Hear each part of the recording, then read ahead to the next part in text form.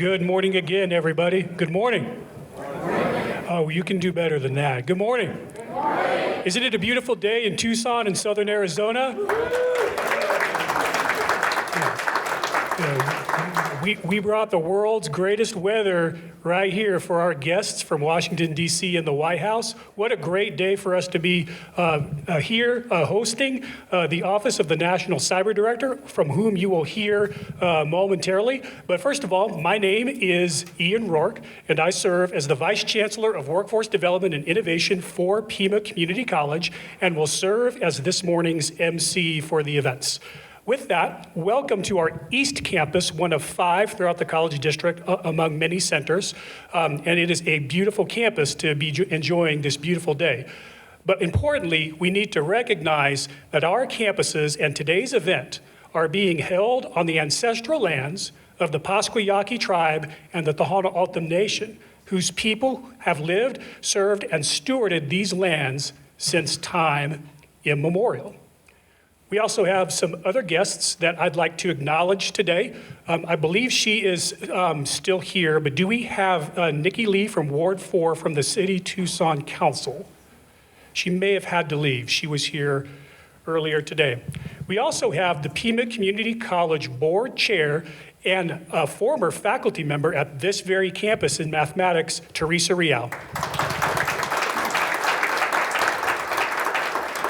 We have representatives from Senator Sinema's and Senator Kelly's office with us today. So we have Troy Kimball, who is with Senator Sinema's office. And representing Senator Kelly's office, Carla Avalos. As well as their intern, Elias Sochel. Did I get that right? Okay, sorry. But what an awesome opportunity to be an intern at that level. So we're glad that you are here today. And so I now have the distinct honor of introducing our interim chancellor, and I'm going to tell you a little bit about her. Dr. Dolores Duran Cerda, PhD, is the interim chancellor of Pima Community College. She is the first Latina to lead Pima. For 6 years, she has also served as provost and executive vice chancellor for academic affairs, overseeing all academic areas of the college. Dr. Duran Cerda has served as full-time faculty for 10 years before becoming an administrator at Pima Community College. She focuses on student success, community engagement, and instilling a culture of caring at the institution. She has earned a bachelor's degree in Spanish, French, and secondary education from the University of Iowa, her master's degree and doctorate in Latin American literature with an emphasis in poetry from the University of Arizona. She is the proud daughter of Mexican and Chilean immigrants. Please welcome to the podium, Dr. Dolores Duran Cerda.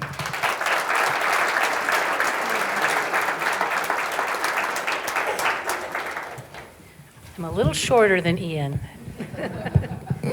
There we go. Good morning, everyone. Welcome to Pima Community College's East Campus. We're so excited for today's events and for all of you being here to support our students here. We want to take the time to thank you for coming to learn exactly about what we're accomplishing here in Southern Arizona, and that's going to protect threats to our technology infrastructure. We know that technology is embedded in every aspect of our lives, and that makes training of the next generation of cybersecurity experts more critical than ever. Here at Pima College and also at the University of Arizona, we know firsthand that educational institutions are prime targets for cyber criminals. Phishing attacks, ransomware, identity theft, and data breaches are just some of the cyber threats that we in every institution and business are faced every day. These attacks are becoming more frequent, more sophisticated, and more persistent. That is why we applaud and support the recent creation of the White House Office of the National Cyber Director to lead the development of our nation's cybersecurity strategy and coordinate a national and holistic approach to protect our vital technology infrastructure. We are proud of the role educational institutions are playing in advancing the work, including K through 12, community colleges, and four-year institutions. We all must continue working closely together to train the next generation of cybersecurity experts to safeguard our digital lives, our businesses, and our nation's security. Here at Pima College, in collaboration with our partners, we have developed our Information Technology Cybersecurity Center of Excellence.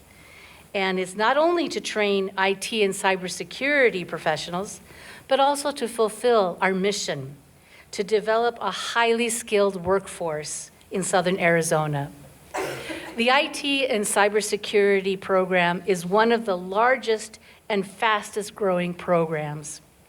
In fact, enrollment has increased these past 5 years by 83% to 5,200 students, with significant increases in women, Latino, Hispanic, and African American students. I am so pleased to see that we're all represented here today and proud of the diversity of our students, our staff, our faculty, and our partners. On behalf of Pima Community College and all of the people, groups, and institutions, it is my distinct pleasure and honor to welcome National Cybersecurity Director Harry Coker Jr. Director Coker was sworn in as the second National Cyber Director stationed at the White House on December 15, 2023. He serves as the principal advisor to the President of the United States on cybersecurity policy and strategy. He brings 4 decades of experience in the Department of Defense, in the intelligence community, and the private sector, including senior roles at the Central Intelligence Agency and the National Security Agency. Please help me welcome Director Coker.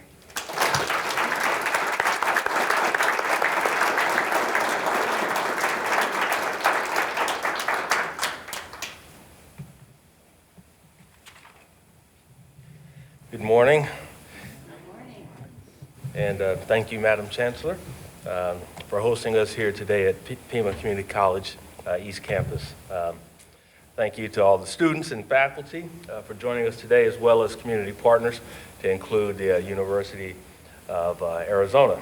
And I appreciate the work that you all are doing to build a vibrant cybersecurity ecosystem here in Tucson. It affects the entire nation, so we appreciate that. Thank you to those representing the Arizona Congressional Delegation. You all are very important partners in our work. We appreciate the partnership, and that does include the oversight, so thank you. I'm more than pleased to be here in Tucson. I'm excited, specifically to be here at Pima Community College, because you're doing great and important work to build our nation's cybersecurity workforce. I saw it firsthand, and that's why I'm more than pleased. I'm excited, having met with your faculty and your students. It's just so encouraging. So continue to do what you're doing and hopefully build on it. You're doing great work. You're providing the students with both knowledge and hands-on learning, and creating employees who are not only ready to go on day one, but who also have valuable experience learning about new technologies on the fly. You have taken truly a skills-based approach, which not only opens up pathways to good-paying cyber jobs, it also future-proofs our workforce to new developments and disruptions like the rapid expansion of artificial intelligence that we're seeing every day. When individuals have the skills and the ability to learn new technologies, it creates a dynamic and resilient workforce that can meet the demands and challenges of the future. Today, I was genuinely impressed and encouraged to see how your academic leaders, your faculty, and your students have worked together to create a first-rate cybersecurity program. And the strong relationship between Pima Community College and the University of Arizona illustrates the power of creating pathways of opportunities for students to continue advancing their education and to secure our nation. And I applaud both institutions on their recent collaboration with the CyberNet Middle Grades Expansion Accelerator that is concluding this year. CyberNet is a career technical education program funded by the Department of Education in collaboration with other federal agencies. It aims to increase the number of teachers who can effectively prepare students for cybersecurity careers, and it is making an impact by building a pipeline of talent that our nation so desperately needs. I'm proud of the Biden-Harris administration's support for important programs like this one, and I was tremendously encouraged to hear from many of you this morning about how you are proactively building our nation's cybersecurity workforce. We can only advance our cyber workforce by expanding the reach of cyber education, starting at the earliest grade levels and reaching these students across disciplines. I was so very pleased to see that we do have some of those middle grade teachers from that program that are here today. Thank you all for the important and inspiring work that you're doing. This morning, again, you see I use this word inspiring and encouraged often because that's just the way I feel after having spent time on the campus this morning. But it was inspiring to see the cybersecurity learning opportunities made available through the student-run data center live fire cyber warfare range, and how the students are getting exposure to real-time threats in cybersecurity operations center. This type of hands-on learning in real-life IT and OT environment offers a tremendous experience to students here as they prepare to join the cyber workforce. I was also made aware of some real-time contributions that your students have made to the defense of this nation and the intelligence that supports that. Yet, this is just another best practice that I've witnessed here today. And while slightly more than 21,000 Arizonans are currently employed in cyber careers, last year we had 9,200 open cybersecurity positions here in Arizona. And almost 1,000 of those open cyber jobs are here in the Tucson region. Nationwide, we have similar challenges. And to secure our nation's cyberspace, we need to fill the more than 500,000 open cyber jobs that are available in the U.S. And we need to do that by making cyber jobs more available and attainable to groups that traditionally have not been represented in the cyber workforce. That does include veterans, single parents, Latinos, women, and socioeconomically disadvantaged individuals who may not have that exposure. I've seen what you're doing here. And this commitment to achieving better mission outcomes in the cyber field by reaching out and developing a broader and talent work pool is what the nation needs to follow. So Pima Community College, in partnership with the University of Arizona, you've been designated as a Hispanic serving institution as well as a National Center of Academic Excellence in cybersecurity.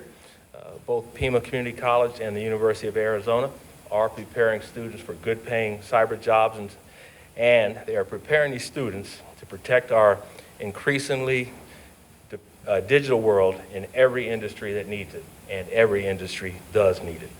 In the panels to follow, I'm looking forward to hearing about how you all in Tucson are increasing access to careers in cybersecurity. You're doing it right, and I'm excited to listen and learn from you so that we can take your lessons to the rest of the nation. And here's why that's so important. To achieve the best mission outcomes, we need the best teams possible. You all are reaching out to those who have not been reached out to sufficiently in the past. That means that you all are developing a broad range of backgrounds and perspectives in the cyber workforce. We need more people seeing themselves in our community. We need more people trained in technical fields, and we need more ways for them to join our ranks.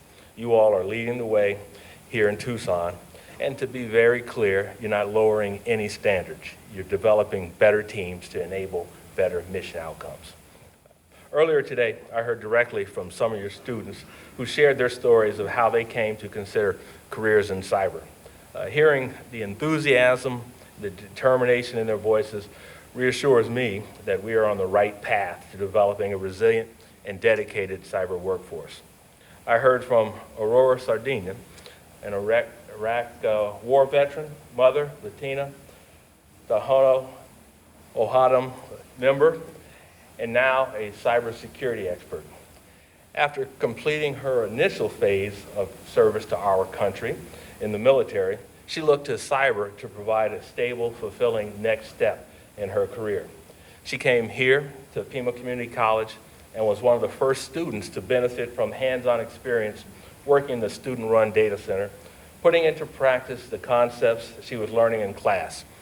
She earned her degree, her associate's degree, and then enrolled at the University of Arizona to gain further training in cyber operations. She plans to use her newfound expertise to continue to serve her community and our nation. I had the pleasure of meeting her earlier today and hearing her story. She was a victim of ID theft. She again applied the lessons that you taught her to her personal situation. She understands the value of cyber and is continuing to develop additional talent. One of the best parts of visiting places like Pima Community College is the opportunity to hear directly from people like Aurora.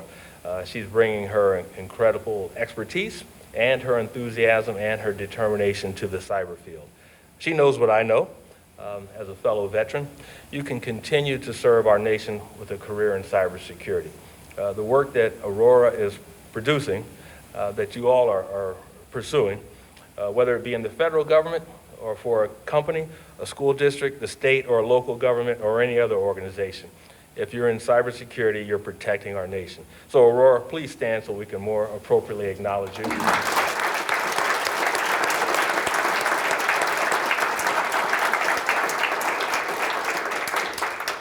I know that many of the students are participating in apprenticeships, starting new jobs this summer, or continuing their education.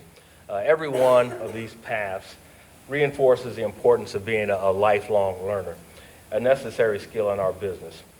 It is inspiring to witness and speak to the urgency of our work. Your path ahead is an important one. In our office in the White House, we are focused on supporting meaningful pathways to good-paying jobs in cyber.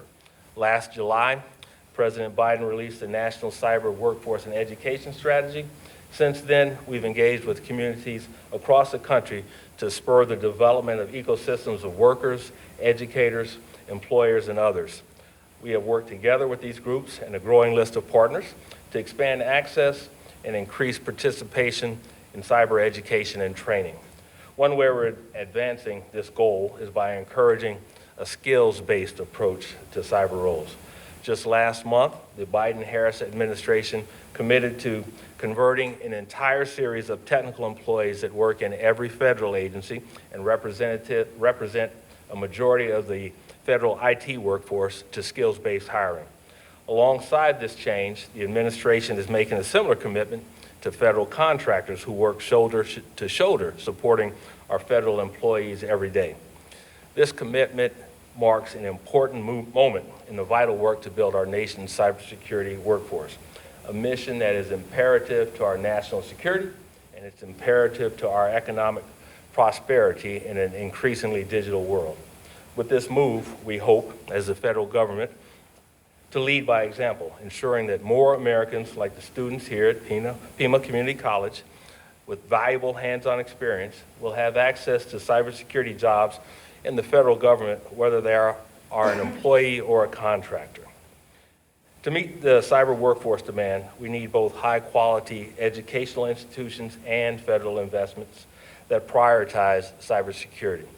I'm happy to report that the Biden-Harris administration has responded to that demand and is committed to investing in Arizona's success, which will be America's success. President Biden's Investing in America agenda has delivered for Arizona, especially when it comes to our digital infrastructure and security.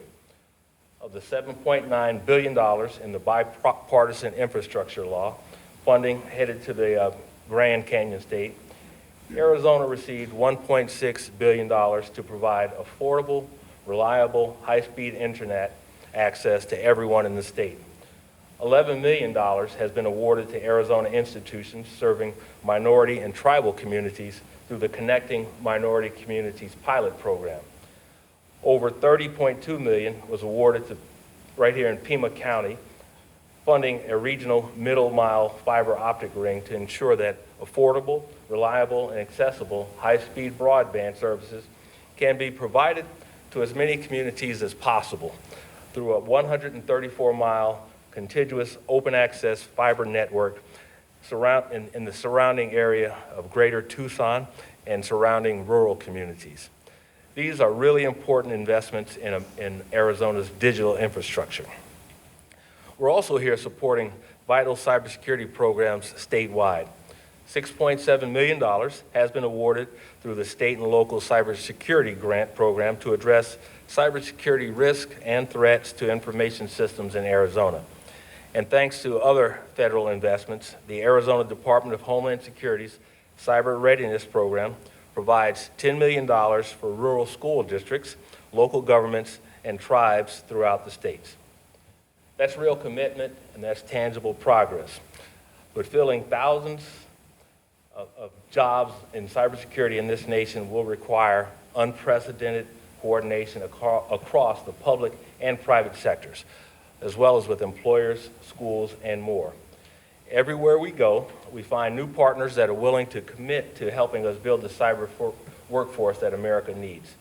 Today, I'm excited to announce that the Department of Defense, through the DoD Service Academy Program, Cyber Service Academy Program, will commit to funding 195 scholarship offers nationwide.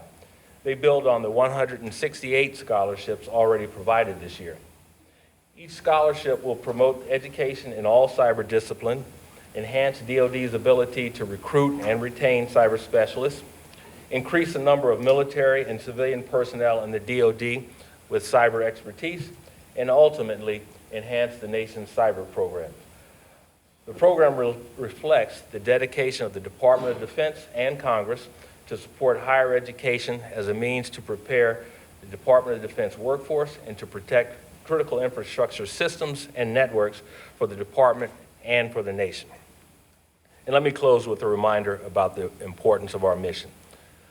We defend cyberspace not because it is some distant terrain on which we battle our adversaries.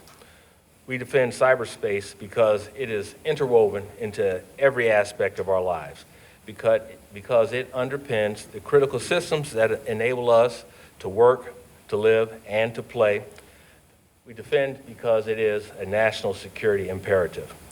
We need all of you to join us so that all Americans can benefit from the enormous potential of our interconnected future. I look forward to learning from you, working with you, and standing alongside you in defending our great nation and our way of life. Thank you.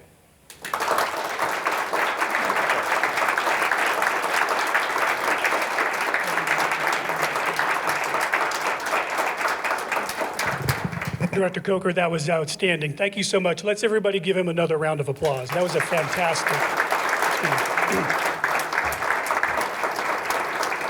Thank you for celebrating the work of our faculty and staff and the impact that it has on learners' lives, such as Aurora, such an amazing story, and really appreciate that. With that, we are going to move into a series of 2 panels, and I will be introducing the moderator for each panel.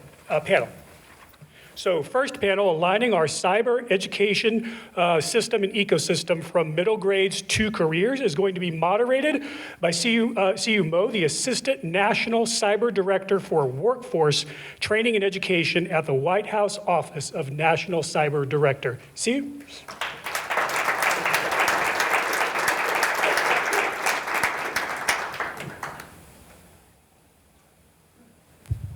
Panelists, you guys want to join me? You know, when your title is long, it means you're not that important. I think that's usually the...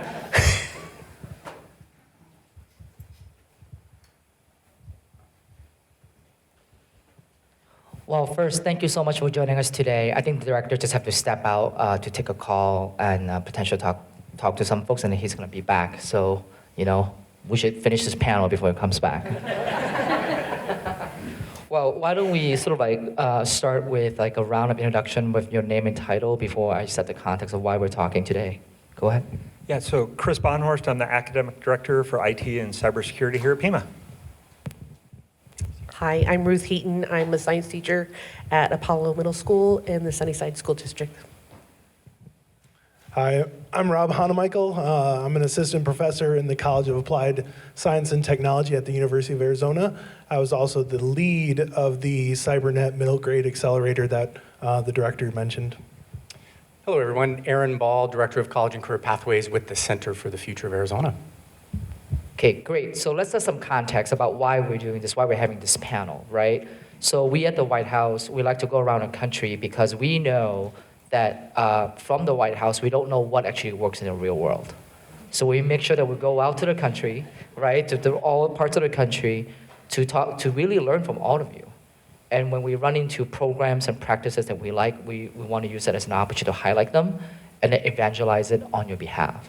So today we want to talk about some of the good work that we're doing here. And I guess the context I'm going to set is that when we think about a cyber workforce worker, we think about a guy drinking Mountain Dew in the basement, wearing a hoodie, right?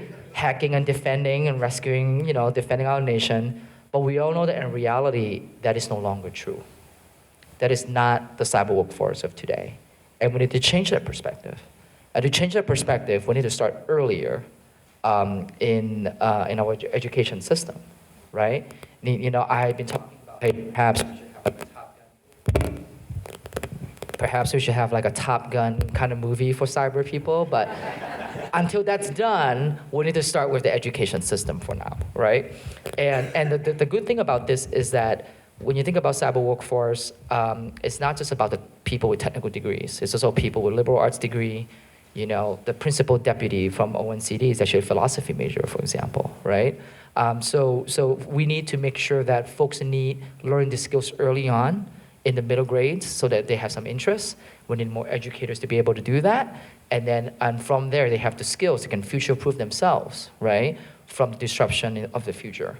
So with that context, I'm going to start my first question for Aaron. So Aaron, tell us about some of the programs that you have been able to launch in Arizona to elevate cyber education in K-12 schools. Well, excellent. Thanks to you. Real quick, just a little bit about the Center. The Center for the Future of Arizona is a nonprofit, and our mission is to bring Arizonans together to build a stronger, brighter future for our state. And there were a couple of things that the director mentioned that really align with the work that we're doing in an initiative that we lead, a statewide initiative called Arizona Pathways to Prosperity. And that's really about building the ecosystem, bringing educators, bringing industry partners, government together to make sure that we have strong career pathways that help young people graduate high school on track to enter into post-secondary, whether that be education, right into a career, into those high-demand sector areas. And one of those areas that we have been working in the last couple of years and really bringing innovation and collaboration to the space is in cybersecurity. The first thing I want to mention, or project that I want to mention as part of our Pathways to Prosperity work, is really in the career exploration space. How are more young people learning about careers in cybersecurity and figuring out that it's not the white kid in the basement, drinking Mountain Dew, but there are opportunities for them to work in cybersecurity based on wherever they may come from. So in early career exploration, we have been working with schools across the state to implement middle grades career exploration curriculum that includes Arizona labor market data, hands-on activities for students to engage as early as 6th grade in cybersecurity to get an understanding of really what it is and dispel myths around what those pathways and what cybersecurity really is about. So that's one way that we have been working to train over 300 educators in the curriculum to be able to support more students really being able to experience cybersecurity in middle school.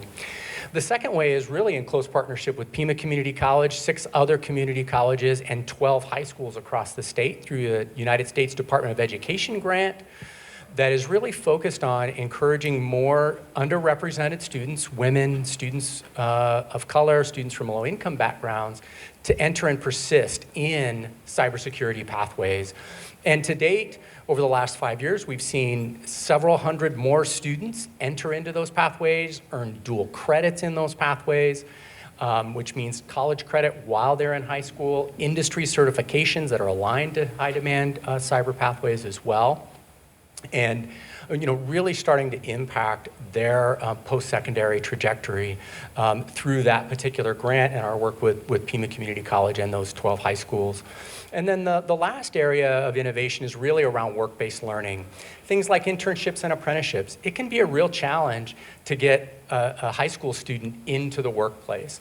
And so we've been able over the last year and a half or so to bring an innovative model for virtual internships to the state, helping students gain work experience. And now we're working with the university, with Pima Community College and AZ Cyber to adapt that model for students to be able to develop cyber awareness and outreach campaigns in their community. With all of the broadband coming, we know that our communities are going to be impacted by that. So we want our high schools to be able to do that outreach and support cyber awareness and outreach within their communities over the next couple of years. So just a couple of things that I would share there.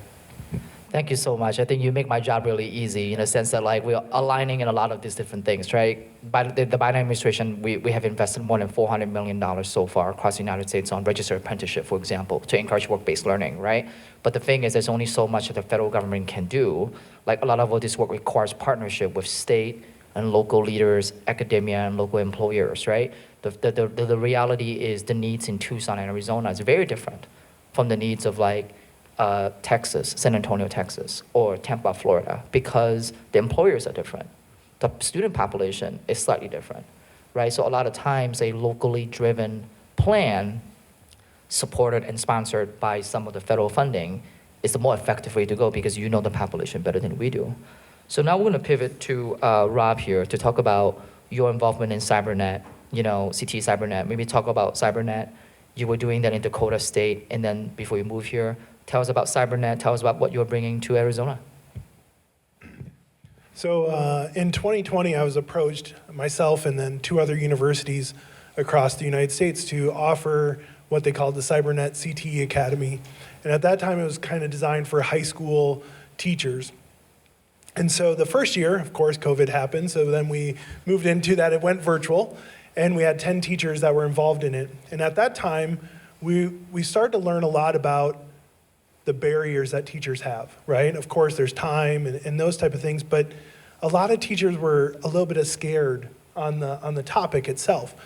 And so that year we did that program, and we kind of kept it along a full year program so that we would do some mentorship and stuff as we went through there. Then I was lucky, the second year, they expanded it to 5 schools, and so we came on and we did it again. And same thing, but one of the things that we noticed was we kind of created just a hodgepodge of curriculum, and what they really wanted was help us understand a good scope and sequence of the curriculum. And so we kind of moved that way, and then luckily when I came down, I was then asked, hey, would you want to do one for middle school in the Tucson area? And I said, yeah, that'd be really great, because as I've noticed throughout the years, 1, we need the curriculum, but 2, it goes back to, if you're in high school, you kind of already know maybe kind of where you want to go. And so I saw more of the need for the middle school. And the other nice part about the middle school was, when you think about a middle school teacher, they tend to be a little bit more interdisciplinary. And so it took that idea that how cybersecurity is really interdisciplinary, and how do we approach that in the different areas.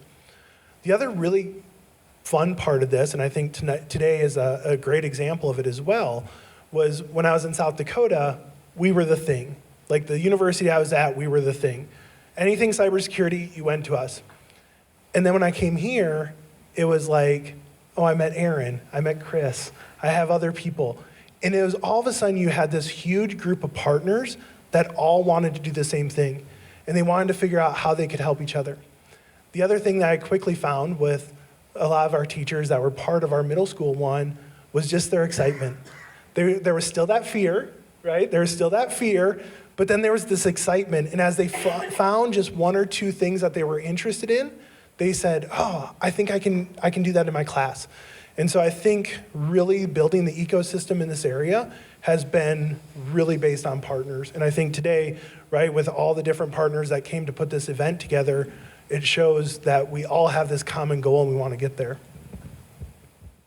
I think one of the key things that is super interesting for me there is the willingness to experiment, right? I feel like there's willingness to experiment when you have, the more partners you have, the more willing you want to experiment this kind of stuff because you know that you have a support system, right?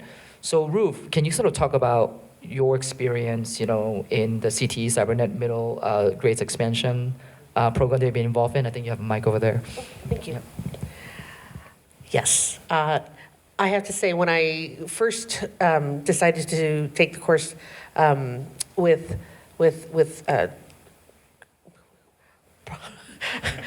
I'm sorry, I'm just nervous. It is. It's daunting. But with Rob and Paul, I felt I knew nothing about cybersecurity, and so I thought, oh, this is a great opportunity for me to learn, and then, introduce it to the kids, because it's so important. Kids these days are so advanced with knowing how to access just about anything, but they don't think about the security. They don't think about like, hey, someone else is looking at your data. And so I wanted them to at least, have some kind of knowledge of it. So I was thinking, oh my gosh, I don't know if I can do this. And I teach science, and I feel like STEM is science. So there's got to be some way I can incorporate this into the lessons. And I was, introducing cybersecurity to the kids. And, are we supposed to be talking about cells? Yes, but let's go on with this. And I started thinking, I'm like, well, there's got to be something else. And I started tackling it by thinking about the concepts, things that they can use, the skills, pattern recognition. So I started giving them cryptograms to do, and they really enjoyed that. And then I thought, and so I'd start showing them some graphs about how to identify a pattern. And as we were going through, the kids were like, oh, okay, they're getting it. I don't think they appreciated at that time that this is the basis of cybersecurity. But at the end of the day, I think next year when they go to high school, they can say, hey, I know this, I can do this. So I'm really hoping that that's, that this introduction, it's only been the first year, but I've already started thinking of ways to incorporate it to the entire year rather than just a couple lessons here and there. So this reminds me of, it hasn't caught on yet, I'm gonna try it again, right? So we know we have 3 R's, right? Reading, writing, and arithmetic, right? So I'm trying to add 4R, which is cyber, right, into sort of like K-12 education, because a lot of things that you were mentioning is what we call foundational cyber skills, right? Pattern recognition, knowing one technology and then sort of like use it in a different format to solve the solution. Like the problem-solving skills is what we're trying to teach.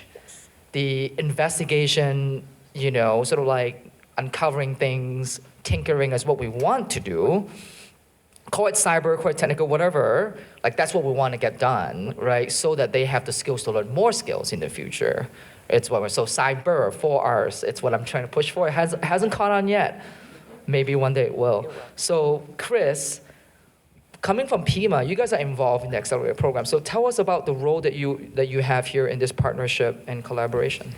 Yeah, so with cyber, like we've talked about here, we have a lot of partners, and that's kind of how we participated.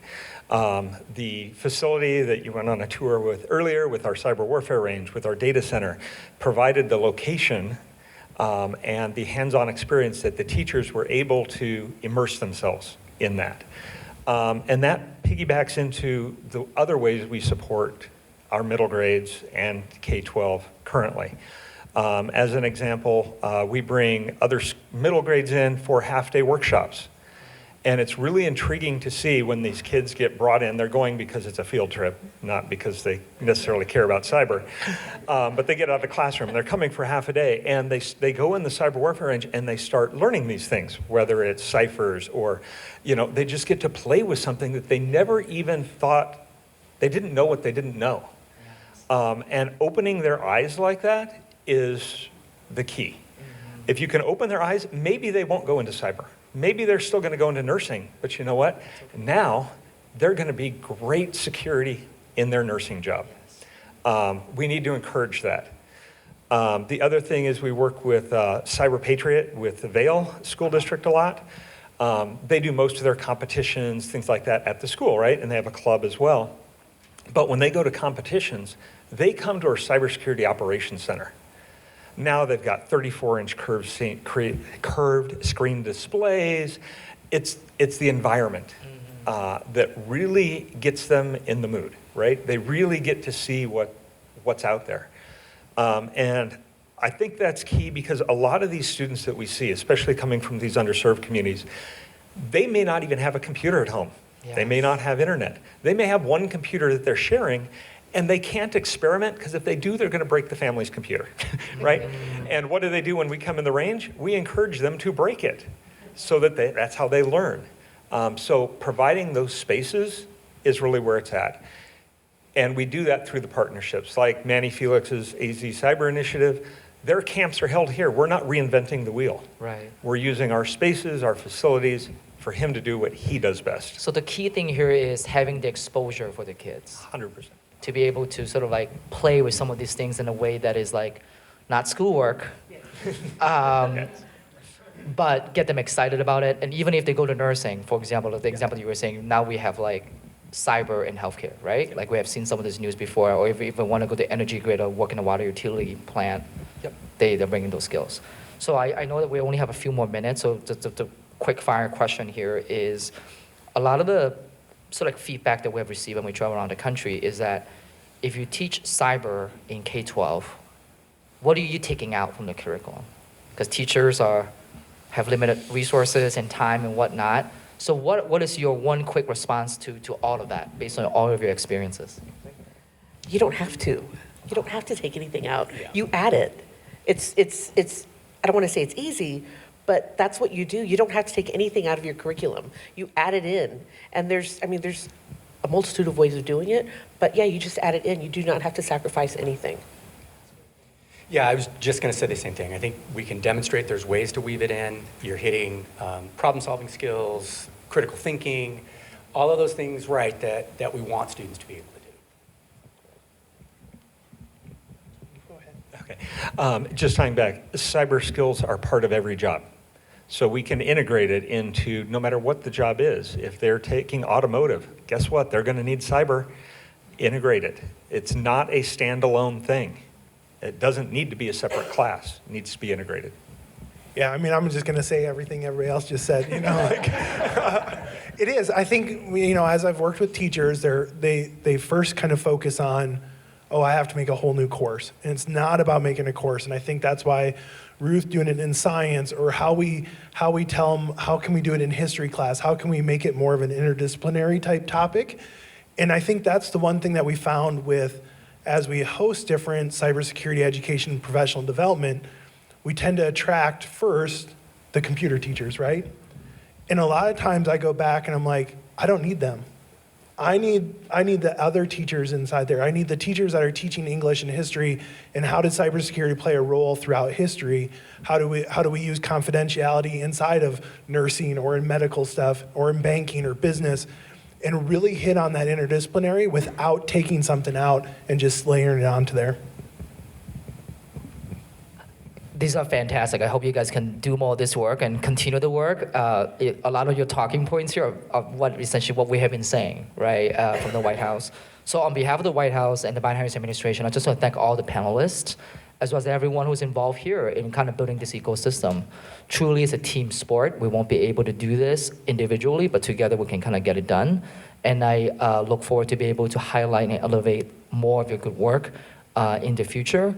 And as I mentioned before, the reasons why I vote this panel is because we want to highlight best practices, and then we also want to highlight, which is what we're doing here, but the other thing is to also broaden the pathway, the understanding for those who are underrepresented, which is what the second panel would do. So on behalf of the administration and the White House, I want to thank the upcoming panel, and I'm going to invite, who's going to make the invitation? Thank you so much. All right. And as our first panel is being seated, our second panel is going to be moderated by Veronica Myers, a student at the University of Arizona in cyber operations with an emphasis in cyber engineering at the University of Arizona. And of course, the rest of the panelists will be introduced shortly. The title of this panel is Opening Pathways to Good Paying Jobs in Cyber for People Underrepresented in Cyber Careers. Veronica. Hi, everyone. So I just wanted to say thank you all for being here, and for those who organized the event, thank you for giving me this opportunity to speak and kind of give my perspective on things and also to talk to you guys. Again, to reiterate, this panel is about opening up pathways for good paying jobs within cybersecurity, specifically for those in underrepresented communities. I am a product of these types of programs that help, get people in underrepresented communities within this field, so it really touches base for me. So if you guys all want to introduce your folks. I guess I'll start. Hello, my name is Ryan Murray. I'm the Deputy Director for the Arizona Department of Homeland Security and the Chief Information Security Officer for the state of Arizona. Thank you guys for having me here. Hi, everyone. My name is Anna Greif. I'm the CEO of JobPath here in Tucson. Hi, everyone. My name is Aurora Sardina. I'm a systems administrator for the Dawn Automation. Gee, I thought I had a whole minute to do an introduction. I was going to give you my life story. I'm Jim Craig. I'm the Dean of Business, IT, Cyber, and Hospitality Leadership here at Pima Community College. And I just wanted to thank everybody for being here, too. This is just such an amazing opportunity. And for Director Coker, for you to be here, it's an honor and a privilege. So thank you. Perfect. So to start out, I wanted to ask Ryan a question. So as the CISO for Arizona, can you tell us a bit about the demand for skilled talent in Arizona, both in the state government and also what you've heard from the industry, how they kind of tie together? Yeah, so obviously this is critically important. We're looking at the scope and scale of the entire state, and frankly speaking, not everyone within Arizona is City of Phoenix, not everyone is City of Tucson. We have 15 counties within Arizona, and the majority of them are very rural, not populated, and struggling for cybersecurity talent. And we have tried to, and thank you, Director, for mentioning the Cyber Readiness Program, provide cybersecurity resources to all of our entities across the state, cities, counties, school districts, our tribal communities, ensuring that they are just as protected as the larger entities are that have the resources. But that comes with its own challenges, which is we don't have the people to help support those cybersecurity services. So we need to better understand how are we providing our own resources at the state level, but also providing opportunities for local governments to help support themselves, to partner with our community colleges and our universities, to give students opportunities to build their talent to serve the communities where they live.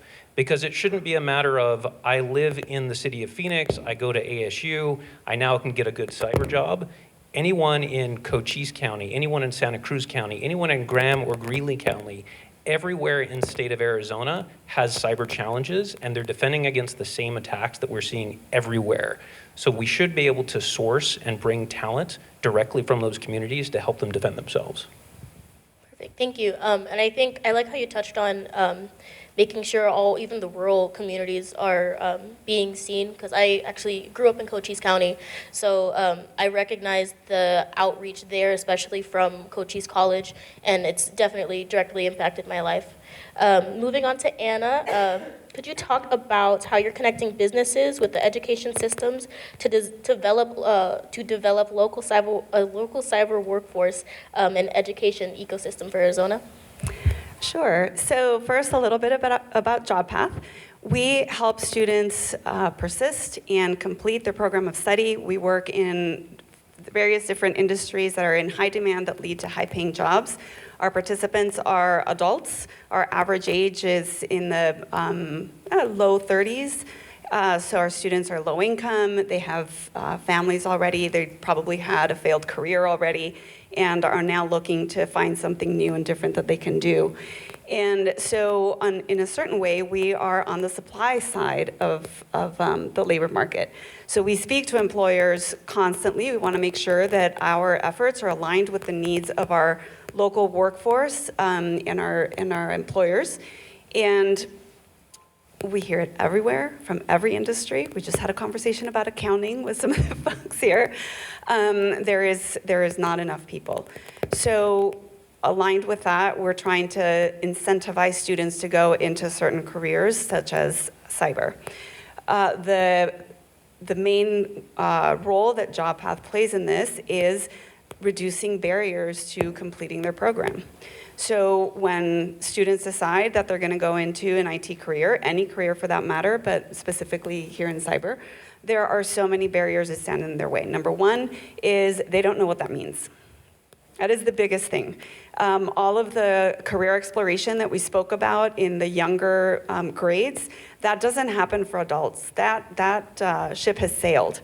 They are now working in a job that they cannot see what other opportunities are out there. So the first thing that we have to do is expose them. So we're starting a program called Adult Career Exploration to do just that, so that we have a way to communicate to adults what opportunities are out there for them.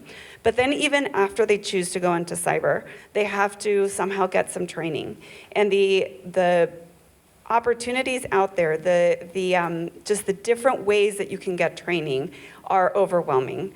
And they get paralyzed by having to choose between, well, do I go to Udemy? Do I do a Google thing? Do I go to Pima? What do I do? Do I go to U of A?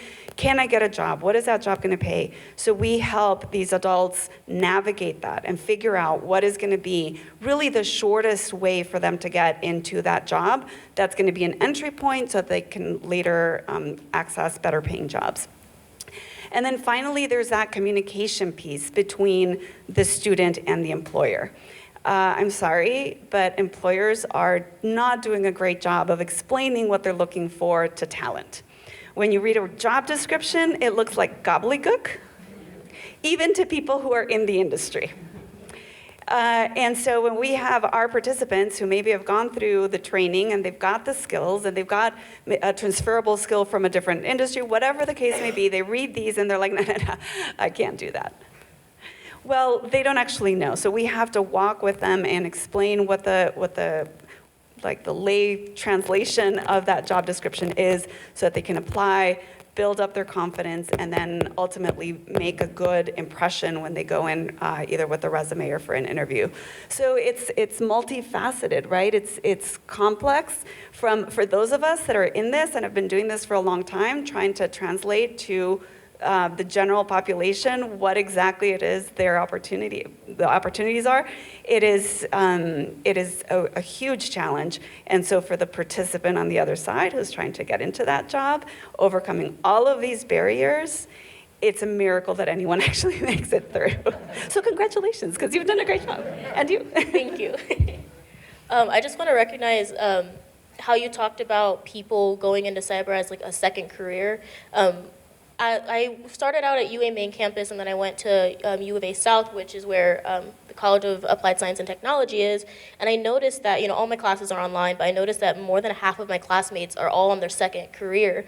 A lot of them, were in the Army or getting out of the Army, or just, wanted to find something different. So I didn't really realize, especially like cyber in general, how much a lot of people who, it is their second career, and I recognize that it's a lot harder for people to find that, like as you talked about, in terms of resources and getting help. I was pretty fortunate to start out in cyber. I always knew that's what I wanted to do. So I just want to recognize the work that you do to help get more people in this field, so thank you.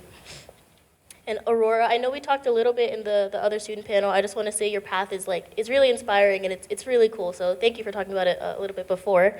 But my question for you is, can you talk about how you found Pima Community College and what made you get involved in your cyber career, and what we can do, as an audience, as government, as the college or whatever, to help get more people like you into these careers? Well, so many things to answer. I'm also a student of the CAS program now, a Pima graduate, and a job path, a product of job path, so thank you. So the way I found Pima was to tell you the truth, I was on my third career. I'm now on my third career. So I wanted something that was going to be long-term, and something that I would never stop learning, or like a field I would never stop learning in. And that just was IT, hands down, because everything is always evolving. Like, buy a computer today, a year and a half, maybe 2 years down the road, it's already obsolete. So there's constant change, so I'll never stop learning. That was a big thing for me. But one of the things was that I wanted hands-on. I actually wanted to get up and go to class. That's one of the main things. And the selling point was just the faculty and the the Center of Excellence for cybersecurity. That whole thing is amazing. The community is amazing. And some of the barriers that I ran into was, I guess maybe not so common, but I'm finding that it is more common than you would think. My post 9/11 GI Bill delimited on me, and because of that, it eliminated a lot of other resources through the VA. The Edith Norse Scholarship, it kind of took that out from under my feet, and that wasn't helpful. People go through crisis, in their lifetimes. Like your students are going to have times in their lives where there's a family death, there's a car accident, things like that. Me, I had my identity stolen. I was stalked for almost a year straight. And when it should have knocked me down, it didn't. I used all the knowledge that I learned from Chris and Will and everybody here, this whole community here. They were like, well, let's get everything in order. Let's do this. Hey, pick it up. Let's go. So I ran with it. I was put to the test, and that made me want to chase it more, get my education, complete everything. And then that led to me turning around and helping people. It got to the point to where my plate was so full, I had to kind of put a halt on things because I wanted to create this outreach for domestic violence victims. When that happens in today's day and age, you have to really consider your digital footprint and your online identity. You have to take that into serious consideration. You have to lock it down, and that made me want to help others. And so here I am. I'm trying to take it all in and trying to give it back to others. This is what I want to do. But those barriers, I say, try to turn them around and use that as your driving force. So people will have barriers. There's always barriers, but take that energy in and return it in a whole different way. So those are some of the things that I ran into. And encourage your students, encourage your employees to take that in and expel it in a totally positive, different way. So I think that's a big thing because we're all going to run into it. But those barriers really are some key moments, and use those for positive. So, yeah. Perfect, thank you. And as someone who has successfully navigated the field, and I really appreciate your story and how you talked about those barriers, and especially when we talk about underrepresented communities and people, those barriers are different for everyone, and kind of recognizing that they're there is a big step in removing them, especially when implementing these different programs just for that. So thank you. And James, I have my question for you is, can you talk about how Pima is aligning its programs with the needs of local employers, and can you share a student story that may come to mind? Certainly.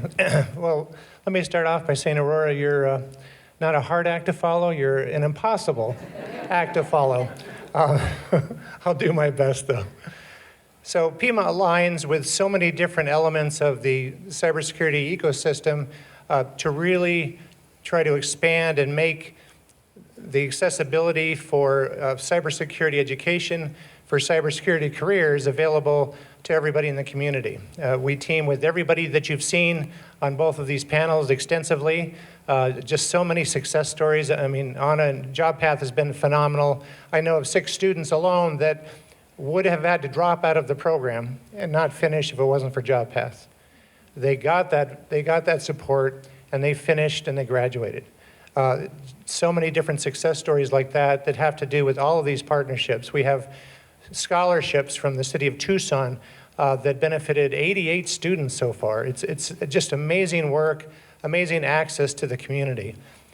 Really, that's what we're trying to do, is just expand that opportunity, expand that access. We try to create a culture of caring, a culture of welcomeness to the Center of Excellence. We really try to laser focus on our diversity, equity, and inclusion efforts. We've done so much, and we can do so much more. But just as an example, Chancellor Duran-Cerda mentioned that we have grown 83% since 2019. We're one of the fastest and biggest growing programs in the college. And that's phenomenal, because that's a lot of students, it's a lot more people we can help pursue careers. What's even more important to me is that our Hispanic enrollment has gone up 6%, but that's a big number with that many students, with 5,200 students. We've gone up to 53% Hispanic enrollment. They're now a majority of our IT cyber students. So we're very excited about that. We're very proud of that kind of effort and outreach. And that's so important, because once students come in here, they get experience to the Center of Excellence. They get experience to hands-on learning. They get experience to a live fire cyber warfare range where they can really learn how to attack in order to better defend. And they get that camaraderie and that partnership with each other, because they have to take on real projects in the data center that they run, that they control, and have to work in teams and have to learn how to collaborate and solve problems together. A lot of life skills, a lot of human skills that go into that. Just amazing examples of leadership that come out of that from students. One of our students, for instance, that was in the panel this morning, Eric Yipis, he's an immigrant from Mexico, came from a very low income family, first generation college student. He graduated 2 weeks ago with an Associate of Applied Science in Cybersecurity with honors. His grandmother didn't even finish the 2nd grade. That's how far generational impact he's already made on not only himself, but his entire family, his entire extended family. And he has such a passion for America, for the culture, for the opportunity, not just the societal and economic opportunity, but from changing the culture. It's really driving to have a better culture here in this country, but also in other countries as well. Eric has shown so much initiative and so much leadership at such an early stage. He's just a phenomenal, he's going to be a phenomenal future leader. And he really has a passion for taking that countrywide and worldwide. So Director Coker, I think you have a candidate for a future director of the ONCD with Eric Yipis. So but we're very excited about our partnerships. We're very excited about how we align with the community and align with the University of Arizona and align with our state and federal partners to really make things happen at a much bigger scale than ever before at Pima Community College. Thank you. Perfect. Thank you.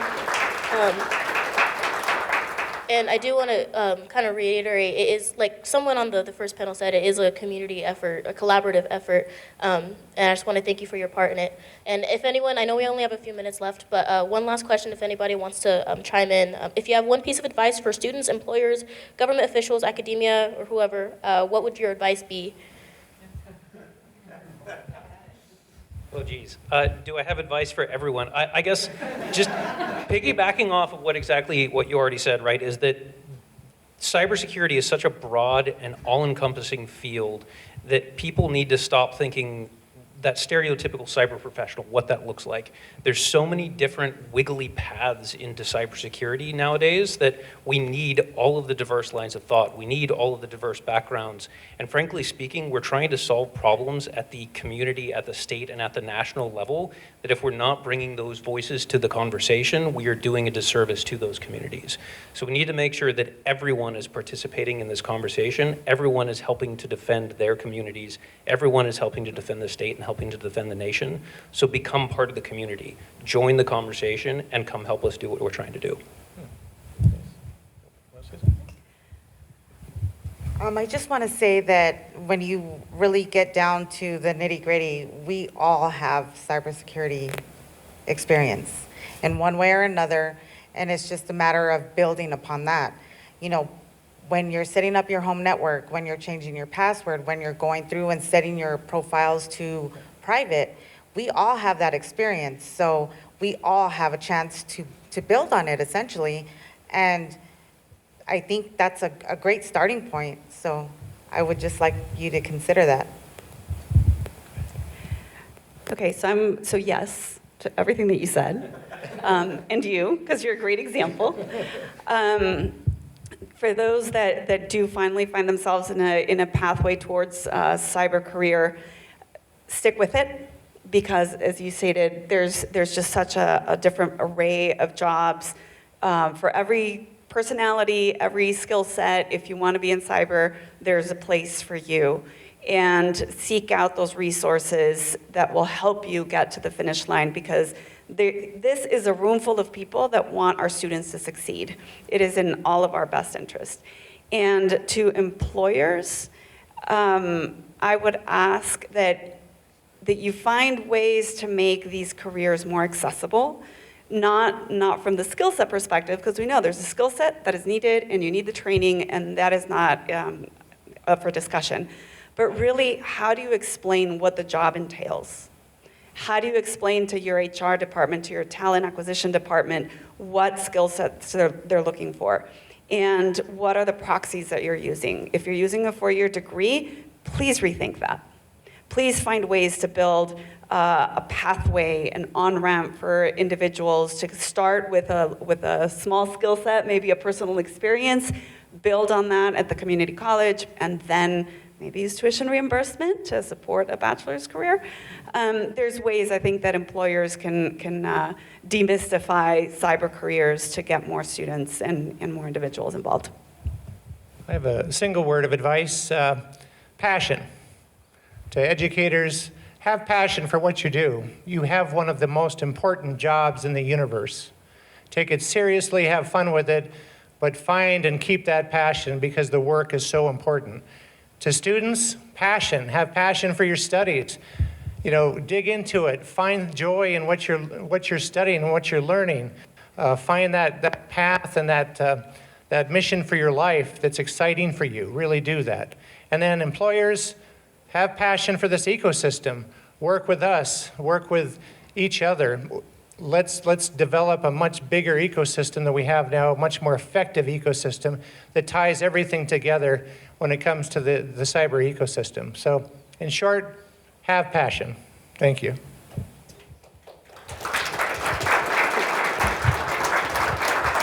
Just one last thing. I just wanted to say thank you to you all for sharing your stories. And as a student, who's entering the workforce, it really is inspiring, and it helps to, fall back on those things. And thank you to ONCD for coming and actually being open to hearing all these different perspectives from the students. And thank you to Pima for hosting this amazing event. Thank you, guys.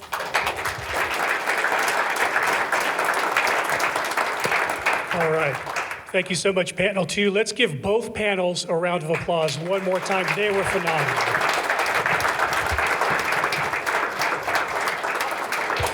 To Director Corker, it has been such an honor to have you and your team here. Your team has been fantastic to work with, by the way, in planning for this event. So I would like for all of the Pima and University of Arizona folks who helped put this together, let's give our colleagues at the ONCD a round of applause for being such great partners.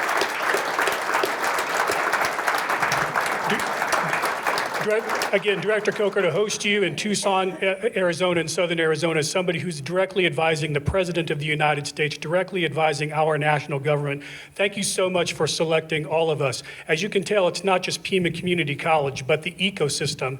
At Pima, many of us like to say, everything we do is with somebody else's resources and service to somebody else. And you have reminded us of that today. And this ecosystem, from the K-12 folks to the Center for the Future of Arizona, to the Arizona Technology Council, to the University of Arizona, to JobPath, and so much more, you have really seen the power of what can happen when people come together and set their own institutional or self-interests aside and focus it in on the learners. So with that, let's give Veronica and Aurora one more round of applause. I mean, just fantastic.